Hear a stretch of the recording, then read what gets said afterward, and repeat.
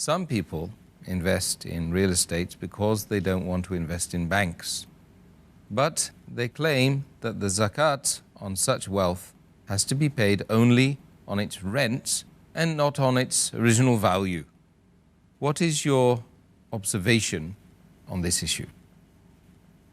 As far as the view of the majority of the scholars is concerned, what they say, that if the land has been purchased for selling, so that to make a profit, then all the scholars unanimously agree that zakat should be paid on it. As we discussed in the last answer, that the moment 1 year is completed, the land that you purchase, zakat has to be paid on it. But if you have land and if you give it on rent, means if you buy a house and give it on rent, majority of the scholars say that zakat is not applicable on the value of the house. Zakat is only applicable on the rent you receive. The moment you receive the rent, and if it stays with you for a period of 1 year, and if it's above the nisab level, then you have to pay zakat on the rent, not on the value of the house, the flat or the land. But nowadays, most of the people that purchase land for investment, they give it on rent. So here we are in a dilemma that people who purchase land, mainly the purpose of investment, but if they think that they'll buy the land, they sell after 4 or 5 years when the price rises.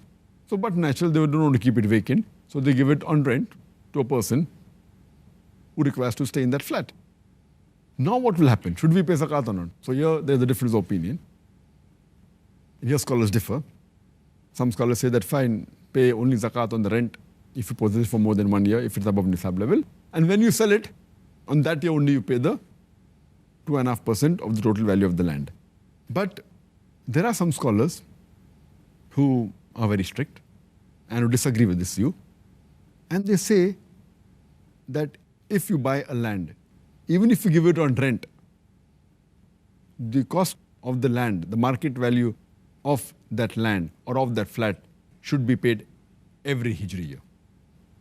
Scholars like Ibn Aqil, they say this. Ibn al-Arabi, Ibn Aqil, who's a Hanbali, Ibn al-Arabi, who is a Maliki, Sheikh Abu Zora, who's a Hanafi, Abdul Rahman al-Hassan, Sheikh Abdul Waf Khalaf, who is presently a very great scholar, Sheikh Yusuf al-Qaradawi, and scholars of the same group, they say that if a person buys and has many flats on rent, then he should even pay zakat on the cost of that flat, of that land. But for example, if a person is a poor person and doesn't have any income, doesn't have any business, and he has only one house which he's living and a second house which he gives on rent, so unanimously people agree that the rent he acquires, if it's saving is more than the nisab level. But there are many rich people who are landlords and who possess many houses, many flats which they give on rent. They own large properties. And if we agree with the view of the majority of the scholars that zakat should be only paid on the rent, suppose a person has 100 flats costing hundreds of thousands of dollars, and the rent that he gets, he utilizes what is required for his personal expenses, and before 1 year is over, after he gets the rent, he buys another few flats. So, and if he doesn't have any gold jewelry, that means he will not pay zakat at all. After the 100 flats become 110, 120, 140, maybe he is one of the richest men in the city of Bombay or any city. He may own half the property of the city, half the land in the city. So if you agree that zakat should not be paid, he may be a multi-billionaire, may own half the city, may own 3/4 of the city. He takes rent. When he gets the rent, before it becomes 1 year, he utilizes what he wants. Then he buys new land. And if zakat is not there on land, which is given on rent, he will keep on getting richer and richer and richer without paying a single dollar as zakat.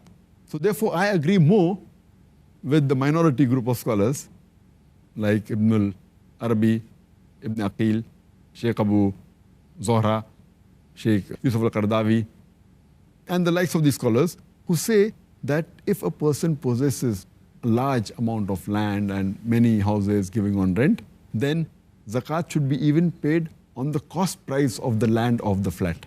Whatever is the present value of that land or of that house, he has to pay 2.5% zakat every Hijri year. I agree more with these type of scholars. And anyway, even if it's not required and a person pays extra, Allah won't question you. Surely you will get sawab for that. Even if you give a sadaqah, you will get sawab. So always agree, when in doubt, leave it out. And go on the side which will give more sawab. Because minimum is 2.5% zakat. If you pay more, Allah will yet be happy. Sounds reasonable to me.